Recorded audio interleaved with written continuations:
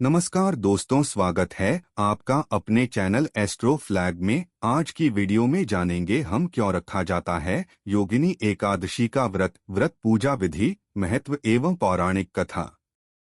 धार्मिक मान्यता है कि योगिनी एकादशी व्रत कथा का पाठ करने से जातक को सभी तरह के पापों से मुक्ति मिलती है, साथ ही श्री हरि की कृपा प्राप्त होती है और शुभ फल की प्राप्ति होती है।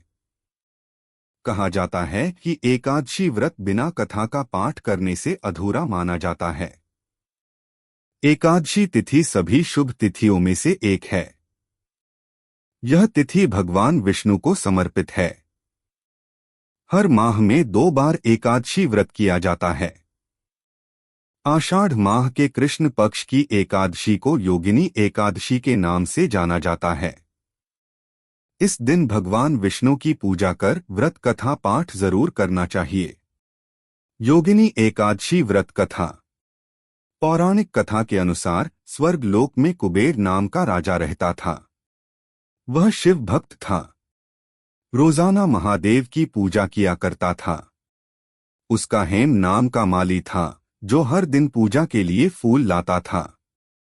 माली की पत्नी का नाम विशालाक्षी था। वह बेहद सुंदर थी।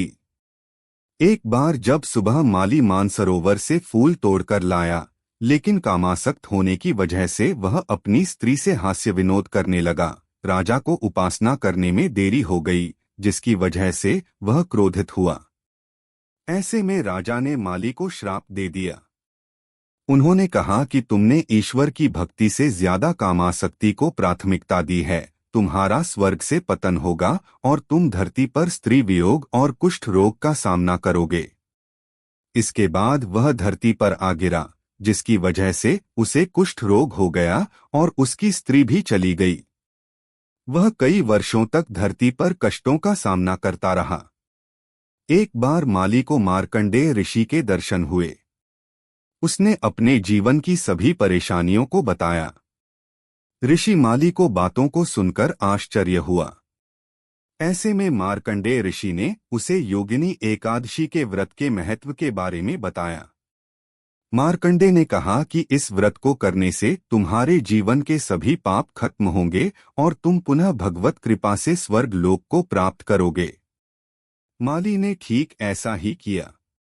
भगवान विष्णु ने उसके समस्त पापों को क्षमा करके उसे पुनः स्वर्ग लोक में स्थान प्रदान किया।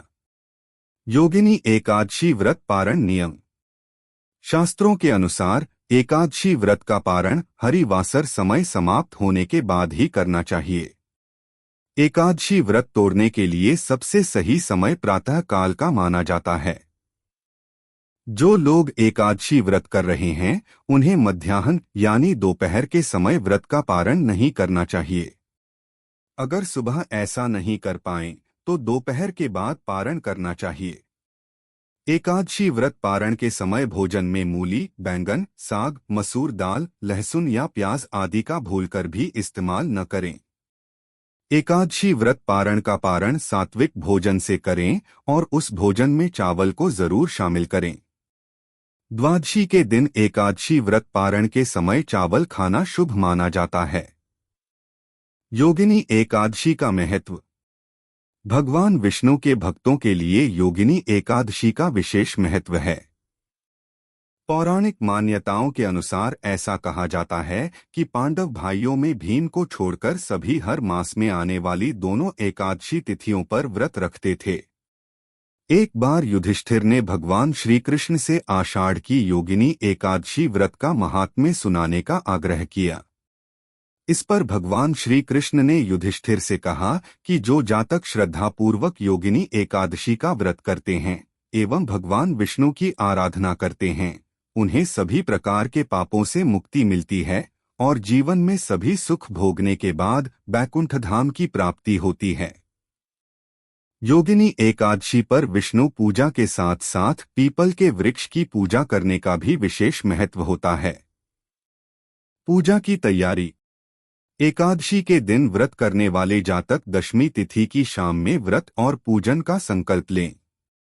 दशमी में रात्रि के भोजन के बाद से कुछ भी अन्न या एकादशी व्रत में निषेध चीजों का सेवन न करें। एकादशी के दिन प्रातःकाल उठें और किसी पेड़ की टहनी से दातुन करें।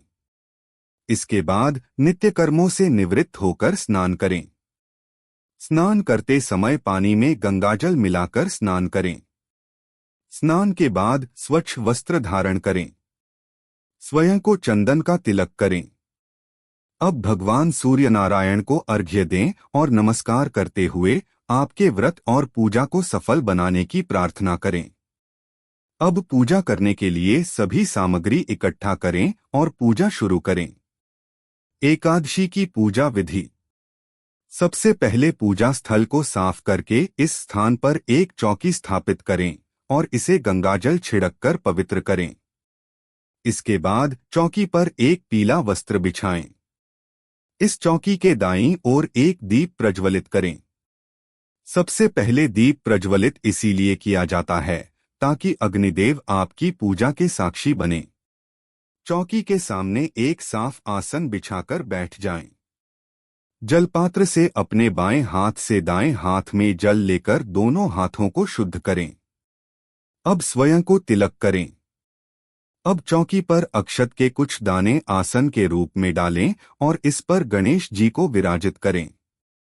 इसके बाद चौकी पर भगवान विष्णु की प्रतिमा या तस्वीर को स्थापित करें। अब स्नान के रूप में एक जलपात्र से पुष्प की सहायता से जल लेकर भगवान गणेश और विष्णु जी पर छिड़कें। भगवान गणेश को हल्दी कुमकुम अक्षत और चंदन से तिलक करें। इसके बाद वस्त्र के रूप में उन्हें जनेऊ अर्पित करें। इसके बाद पुष्प अर्पित करके गणपति जी को नमस्कार करें। भगवान विष्णु को रोली चंदन का तिलक करें। कुमकुम, हल्दी और अक्षत भी चढ़ाएं। अब नमो भगवते वासुदेवाय नमः मंत्र का जप करते हुए श्रीहरि को पुष्प, जनेऊ और माला अर्पित करें। भगवान विष्णु को पंचामृत में तुलसी दल डालकर अर्पित करें। चूंकि भगवान विष्णु को तुलसी अति प्रिय है, इसीलिए भगवान के भोग में तुलसी को अवश्य शामिल करें।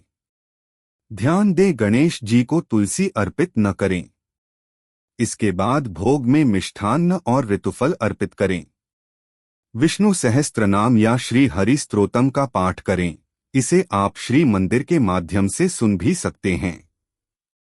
अंत में भगवान विष्णु की आरती करें। अब सभी लोगों में भगवान को चढ़ाया गया भोग प्रसाद के रूप में वितरित करें। योगिनी एकादशी के दिन क्या करें और क्या नहीं। योगिनी एकादशी के दिन तुलसी दल नहीं तोड़ना चाहिए, क्योंकि इस तिथि पर देवी तुलसी भगवान विष्णु के लिए उपवास रखती हैं। जो लोग एकादशी पर निर्जला व्रत का पालन करते हैं, उन्हें इस दिन कुछ भी खाने पीने से बचना चाहिए। इस तिथि पर साबुन का उपयोग करने से बचना चाहिए। भले ही आप व्रत कर रहे हों या नहीं, लेकिन आपको एकादशी के दिन चावल का सेवन गलती से भी नहीं करना चाहिए। एकादशी के मौके पर भगवान विष्णु के भोग में तुलसी दल जरूर डालना चाहिए।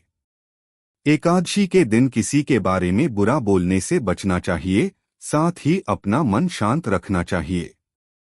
इस दिन तामसिक चीजें जैसे मांस, मदिरा, लहसुन, प्याज आदि का सेवन नहीं करना चाहिए। इस दिन सात्विक भोजन ही ग्रहण करना चाहिए। इस दिन बड़ों का अपमान नहीं करना चाहिए। एकादशी तिथि पर ज्यादा से ज्यादा पूजा पाठ में शामिल होना चाहिए।